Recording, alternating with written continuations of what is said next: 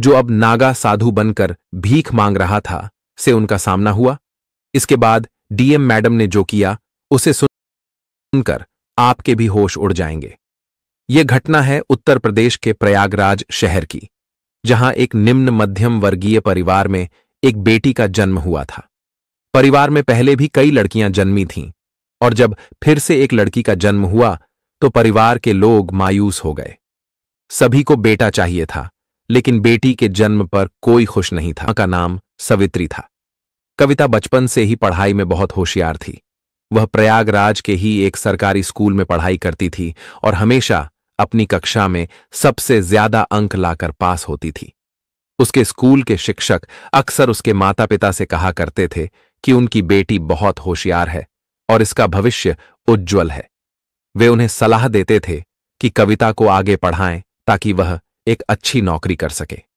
लेकिन उसके पिता हमेशा कहा करते थे, यह तो एक लड़की है, इसे क्या आगे पढ़ाना, यह पढ़ लिख कर क्या करेगी, इसे तो ससुराल जाकर चूल्हा चौका ही संभालना पड़ेगा, इसलिए इसे पढ़ाने की कोई जरूरत नहीं है। पर उसकी मां सवित्री अपने पति से लड़ाई झगड़ा करके कविता को हमेशा पढ़ाती आई थी। धीरे धीरे समय बीत रहा था और अब कविता 10वीं कक्षा में पढ़ाई कर रही थी। उसकी उम्र लगभग 16 साल थी। तभी समाज के कुछ लोग कविता के लिए रिश्ता लेकर उसके माता पिता और दादा दादी के पास आए। यह सुनकर कविता बहुत दुखी हो गई, क्योंकि उसकी उम्र अभी सिर्फ 16 साल थी।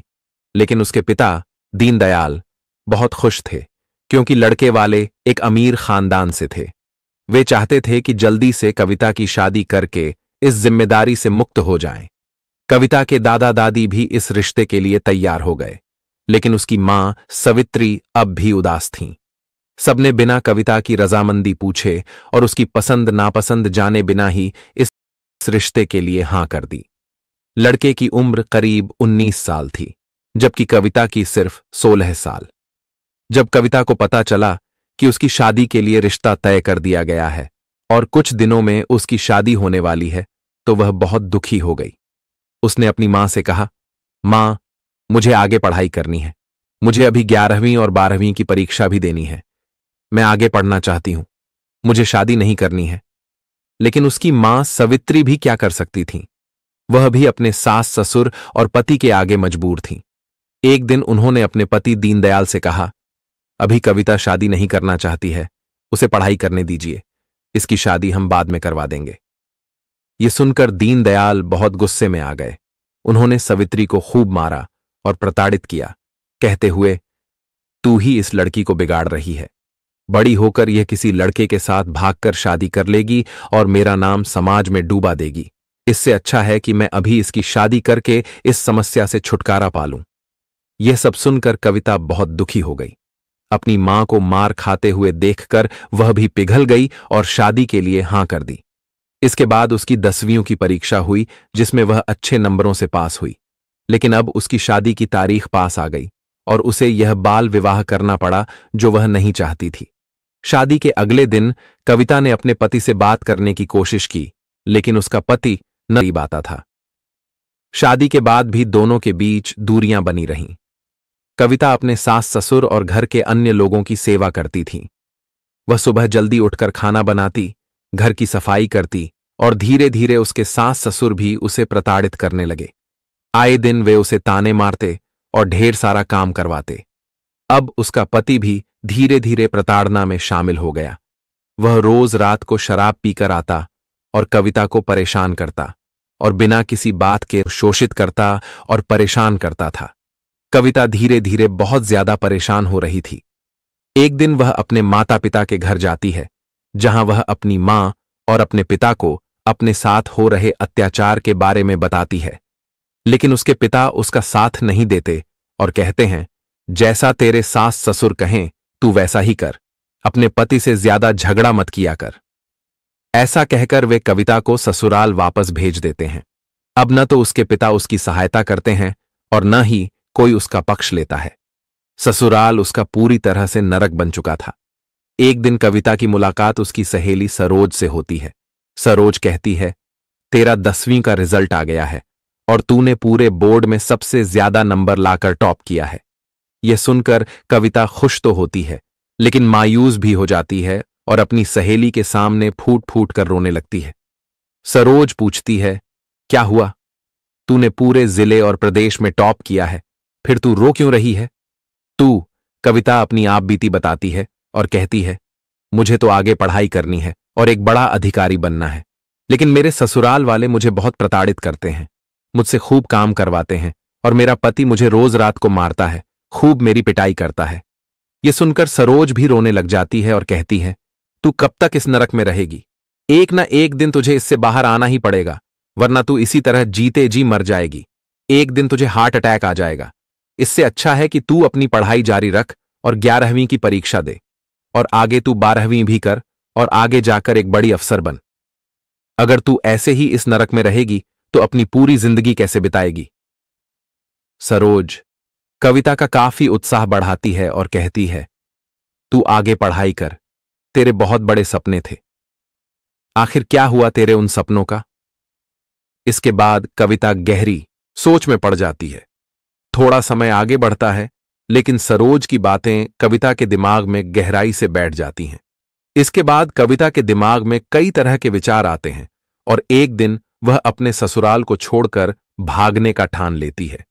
एक रात वह अपने कुछ गहने जो उसके माता पिता ने उसे दिए थे लेकर कविता दिल्ली के एक सरकारी स्कूल में दाखिला लेती है, जहां वह अपनी 11वीं की परीक्षा देती है और 12वीं में भी दाखिला मिल जाता है। वह छात्रवृत्ति के आधार पर अपना दाखिला लेती है और अपनी दोस्त के घर पर ही रहती थी। उसके पास कुछ पैसे और गहने भी थे, जिससे उसका गुजारा चलता था। धीरे धीरे समय आगे बढ़ता है। उसके माता पिता और ससुराल वाले कविता को ढूंढ ढूंढ कर हार मान चुके थे। उधर कविता अपनी आगे की पढ़ाई जारी रखती है। समय के साथ वह 12वीं कक्षा में भी अच्छे नंबरों से पास हो जाती है।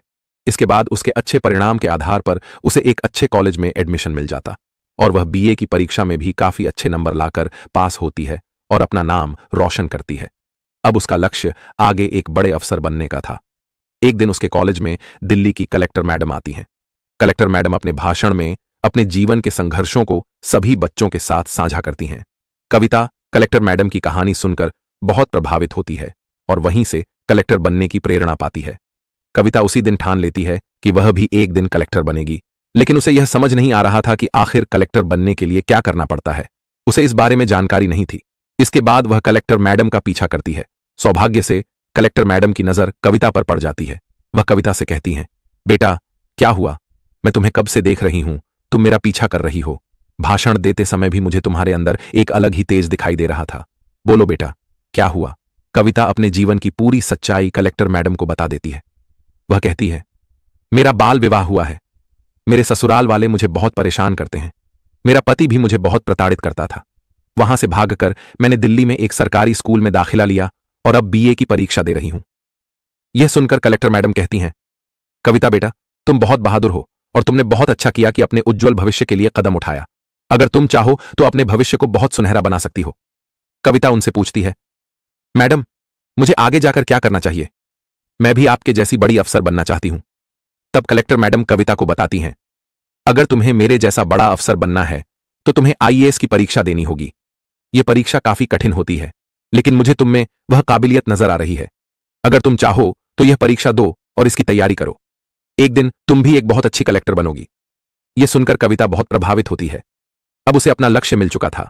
वह समझ चुकी थी कि उसे कलेक्टर बनना है। इसके बाद वह बाकी परीक्षाएं पास करके आईएएस बनने की तैयारी में जुट जाती है। वह एक कोचिंग सेंटर में दाखिला लेती है। उसके पास जो गहने पड़े थे उन्हें बेचकर वह अपना दाखिला कराती है। कविता अपनी आगे की पढ़ाई जारी रखती है। इसके बाद उसकी मुलाकात एक गांव के लड़के से होती है जो आईएएस की तैयारी कर रहा होता है। उसका नाम रवि था। कविता और रवि के बीच धीरे धीरे दोस्ती हो जाती है। रवि भी पढ़ाई में बहुत तेज था और उसकी जिंदगी की कहानी भी काफी गंभीर थी। वह भी एक गरीब परिवार से था और अपने पूरे घर बार को छोड़कर कलेक्टर बनने के लिए दिल्ली आया था। धीरे धीरे दोनों के बीच नजदीकियां बढ़ने लगती हैं। दोनों एक दूसरे का उत्साह बढ़ाते हैं और एक दूसरे को पढ़ाई में आगे बढ़ाने में मदद करते हैं। वे साथ में आईएएस की परीक्षा की तैयारी कर रहे होते हैं। एक के बाद एक वे आईएएस की परीक्षाएं देते जाते हैं और पहली परीक्षा में दोनों अच्छे नंबर लाकर पास हो जाते हैं। उनके अंदर काफी उत्साह था और दोनों मन लगाकर साथ में पढ़ाई कर रहे थे। लेकिन जहां एक लड़का और एक लड़की होते हैं वहां पर रिश्ता दोस्ती तक सीमित नहीं रहता। यह रिश्ता एक समय पर आकर आगे बढ़ ही जाता है। दोनों के बीच नजदीकियां और बढ़ती हैं। और एक दिन रवि कविता को प्रपोज कर देता है। वह कहता है, कविता, मैं तुमसे बहुत प्यार करता हूं। कविता भी मन ही मन रवि से प्यार करती थी, लेकिन वह चाहकर भी उसे हां नहीं बोल पा रही थी, क्योंकि उसका लक्ष्य अभी कुछ और था और उसका पति अभी भी जिंदा था। कविता कहती है, मैं शादीशुदा हूं। भले ही मैं अपने पति के साथ कभी भी नजदीक नहीं हुई हूं, लेकिन मैं तुमसे कुछ भी झूठ नहीं बोलना चाहती। मैं तुम्हें सारी सच्चाई बताना चाहती हूं। मुझे तुम बहुत पसंद हो, लेकिन मेरा बाल विवाह हुआ है और मैं अपने पति को छोड़कर यहां आई हूं। रवि कहता है, मुझे तुम्हारे पास्ट से कोई लेना देना नहीं है। मुझे तुम बहुत पसंद हो और मैं तुम्हारे साथ पूरी जिंदगी बिताना चाहता हूं। हम दोनों साथ में मिलकर कलेक्टर की आगे की परीक्षा देंगे और साथ में कलेक्टर बनेंगे। इसके बाद कविता भी रवि को हां कर देती है और दोनों एक दूसरे के और ज्यादा नजदीक आ जाते हैं। लेकिन कहते हैं ना कि जहां नजदीकियां बढ़ जाती हैं वहां लक्ष्य छूट जाते हैं, और हुआ भी यही। धीरे धीरे रवि का पढ़ाई से मन हट रहा था, जबकि कविता का ध्यान अपने लक्ष्य पर केंद्रित था। वह अपनी परीक्षा की तैयारी पूरी जोरों शोरों से कर रही थी, लेकिन रवि के मन में सिर्फ कविता के ही ख्याल थे। अब अगली परीक्षा आ चुकी थी। कविता ने अपना पेपर खूब अच्छे से दिया और रवि ने भी अपना पेपर दिया, लेकिन परिणाम उम्मीद के बिल्कुल उलट निकले। कविता अपनी परीक्षा में अच्छे नंबरों से पास हुई, जबकि रवि फेल हो जाता। यह देखकर रवि काफी ज्यादा दुखी हुआ। कविता ने भी रवि से कहा, हम कुछ समय के लिए अब दूर रहेंगे, क्योंकि अगर हम दोनों ऐसे ही साथ रहेंगे तो इसका असर हमारी पढ़ाई पर पड़ेगा, और अब आखिरी पड़ाव आ चुका है। कविता ने रवि की बात सुनी और खुशी के मारे उसकी आंखों में आंसू आ गए। उसने कहा, तुम सच में मुझे ऐसा सुनाए हो? क्या मैंने सच में कलेक्टर बनने के लिए टॉप किया है? रवि हंसते हुए कहता है, हां, तुमने पूरे जिले में टॉप किया है और अब तुम्हें कलेक्टर बनने का अवसर मिलेगा। मुझे खुशी है कि तुमने यह साबित कर दिया कि किसी भी मुश्किल को पार कर बड़े लक्ष्य को हासिल किया जा सकता है। कविता की आंखों में आंसू थे, लेकिन वह अपने आंसुओं को छिपा नहीं पाई। उसने कहा, यह सब तुमसे मिले समर्थन, प्रेरणा और मेहनत के कारण हो सका। बिना तुम्हारी मदद के मैं यह रास्ता नहीं तय कर सकती थी। रवि और कविता दोनों एक दूसरे को देखकर मुस्कुराए। कविता के लिए यह सफलता सिर्फ एक व्यक्तिगत उपलब्धि नहीं थी, बल्कि यह हर उस कठिनाई, संघर्ष और दर्द का प्रतीक थी जिसे उसने अपने जीवन में सहा था। कविता का जीवन अब एक नई शुरुआत की ओर बढ़ रहा था, और रवि भी उसकी सफलता को देखकर गर्व महसूस कर रहा था। अब दोनों जानते थे कि सफलता सिर्फ शिक्षा और कठिन मेहनत से नहीं, बल्कि अपने सपनों के लिए लगातार लड़ने और हार न मानने से मिलती है। अगले कुछ दिनों में कविता का इंटरव्यू हुआ, जिसमें उसने शानदार प्रदर्शन किया और अपनी पूरी तैयारी को साबित किया। परिणाम आया और कविता ने कलेक्टर बनने का सपना पूरा किया। रवि ने उसकी कड़ी मेहनत को देखा और कहा, तुमने सिर्फ अपने लिए नहीं, बल्कि उन सभी महिलाओं के लिए भी एक मिसाल पेश की है जो समाज में दबावों और चुनौतियों का सामना करती हैं। तुमने हमें सिखाया कि किसी भी स्थिति में अपने सपनों से समझौता नहीं करना चाहिए। कविता ने कहा, यह मेरी केवल व्यक्तिगत सफलता नहीं है, यह उन सभी लोगों की सफलता है जिन्होंने मेरे सपने में विश्वास किया और मुझे हर कदम पर समर्थन दिया। अब कविता कलेक्टर बन चुकी थी, लेकिन उसका सफर यहीं खत्म नहीं हुआ था। उसने और रवि ने कसम खाई थी कि वे दोनों एक दूसरे का साथ नहीं छोड़ेंगे और अपनी मंजिल तक एक साथ आगे बढ़ेंगे। कविता ने रवि को गले लगाकर बहुत रोते हुए पूछा, तुम्हारे रिजल्ट का क्या हुआ? रवि ने मुस्कुराते हुए कहा, मैं तो तीसरे अटेम्प्ट में भी फेल हो गया था और चौथे अटेम्प्ट में भी फेल हो चुका हूं। यह सुनकर कविता का दिल भर आया। उसने मायूस होकर कहा, मुझे माफ कर दो। लेकिन रवि ने हौसला देते हुए कहा, कोई बात नहीं, तुम तो कलेक्टर बन गई हो ना, मैं उसमें ही खुश हूं। दोनों ने एक दूसरे को फिर से गले लगाया। इसके बाद कविता ने रवि से कहा, मैं डीएम के पद पर नियुक्त होने से पहले तुमसे शादी करना चाहती हूं, लेकिन उससे पहले मुझे कानूनी तौर पर अपने पति से तलाक लेना पड़ेगा। कविता ने अपने पति को तलाक का नोटिस भी जारी किया, लेकिन उधर से कोई जवाब नहीं आया। धीरे धीरे समय बीतता गया और रवि और कविता दोनों साथ रहने लगे। वे अब भी शादी नहीं कर पा रहे थे, क्योंकि कविता का अपने पहले पति से तलाक नहीं हो रहा था। इतने में कविता की पहली पोस्टिंग उत्तर प्रदेश के लखनऊ शहर में हो गई, जहां उसे अपना कार्यभार संभालना था। सबसे पहले कविता अपनी मां से मिलने घर गई। उसने घर जाकर अपनी मां को ढूंढा, जो किचन से बाहर आई। अपनी बेटी को सामने देखकर मां खुशी से झूम उठी। उन्होंने कविता को गले लगाया और कहा, बेटी, तू कहां गई थी इतने साल? हम सब बहुत परेशान थे। कविता ने अपनी मां को बताया, मां, मैं दिल्ली में थी, वहां मैंने खूब मेहनत की और आज मैं कलेक्टर बन गई हूं। यह सुनकर उसकी मां की आंखों में आंसू आ गए और उन्होंने अपने पति को बुलाया। कविता के पिता अपनी बेटी को देखकर खूब रोने लगे और कहते हैं, बेटा, मुझे माफ कर दे। इस समाज में बेटियों के साथ इतना गलत होता है, जिसके चलते मैंने तेरी नाबालिग अवस्था में ही शादी करवा दी थी। तेरे ससुराल वालों ने तुझे बहुत प्रताड़ित किया था, फिर भी मैंने तेरी एक नहीं सुनी थी। आज मुझे इसका खूब एहसास हो रहा है। कविता के पिता रो रो कर उससे माफी मांगने लगे। कविता ने अपने दोनों माता पिता को गले लगाते हुए कहा, अब सब ठीक है, आप मेरे साथ चलिए, हम अब एक अच्छे घर में साथ रहेंगे। इसके साथ ही कविता के माता पिता भी उसके साथ रहने लग गए। धीरे धीरे समय बीतता गया। एक दिन प्रयागराज में महाकुंभ मेले का आयोजन हो रहा था। मां ने उससे कहा, बेटा, अगर तुम्हें अपने काम से थोड़ी सी फुर्सत मिल जाए तो हम प्रयागराज कुंभ मेले में चलें। कविता ने अपनी नौकरी से 2 दिनों की छुट्टी लेकर अपने माता पिता के साथ प्रयागराज जाने का फैसला किया। यह महाकुंभ सदी का सबसे बड़ा आयोजन था। वहां कुंभ मेले की रौनक अपने चरम पर थी। साधुओं और चमत्कारिक संतों की भीड़ से मेले का माहौल अद्भुत हो गया था। डीएम मैडम कविता अपनी मां और पिता के साथ इस पवित्र महाकुंभ मेला घूम रही थी। वह गंगा नदी के घाट पर पहुंची जहां स्नान हो रहा था। तभी अचानक एक नागा साधु वहां आता है और कविता के पैर पकड़ने लग जाता है। कविता ने चौंकते हुए साधु से पूछा, आप मेरे पैर क्यों पकड़ रहे हो? साधु महात्मा ने अपने मुंह से राख हटाई और यह देखकर कविता स्तब्ध रह गई। वह साधु कोई और नहीं बल्कि उसका पहला पति था। कविता ने कहा, आप साधु के रूप में कैसे? साधु यानी कविता के पति ने कहा, जब तक तुम मेरे साथ थीं मैंने तुम्हारी कदर नहीं की। मैं तुम्हें रोज पीटता था, लेकिन जब तुम मुझे छोड़कर चली गईं तो मुझे तुम्हारी बहुत कमी महसूस हुई। मेरे माता पिता को भी तुम्हारे बिना बहुत बुरा लग रहा था। धीरे धीरे मैं बहुत दुखी हो गया। मैंने तुम्हें खूब ढूंढने की कोशिश की लेकिन तुम नहीं मिली। मैंने एक अच्छी औरत को खो दिया था और बहुत ज्यादा दुखी हो गया था। कुछ सालों तक मैं इधर उधर पागलों की तरह घूमता रहा। इसके बाद मैंने निश्चय किया कि मैं अब संन्यास ले लूंगा और तब मैंने साधु बनने का फैसला किया। यह सुनकर कविता और उसके माता पिता के होश उड़ गए। वह साधु रोते हुए बोला, मैंने तुम्हें खूब मारा था, खूब प्रताड़ित किया था। मुझे माफ कर दो, मुझे माफ कर दो। कविता ने अपने पहले पति से कहा, अगर आप मुझे नहीं मारते, नहीं प्रताड़ित करते तो आज मैं कलेक्टर नहीं बन पाती। नियति ने यही लिखा था, जो भगवान चाहते हैं वही होता है। अगर आप और आपके माता पिता मुझे प्रताड़ित नहीं करते तो आज मैं डीएम नहीं बन पाती। इसके बाद डीएम मैडम यानी कविता उस अघोरी साधु जो उनके पहले पति थे से कानूनी तौर पर तलाक ले लेती है। तलाक के बाद कविता और रवि की शादी होती है। उनकी शादी बेहद धूमधाम से होती है और दोनों एक दूसरे के साथ प्रेम पूर्वक रहने लगते हैं।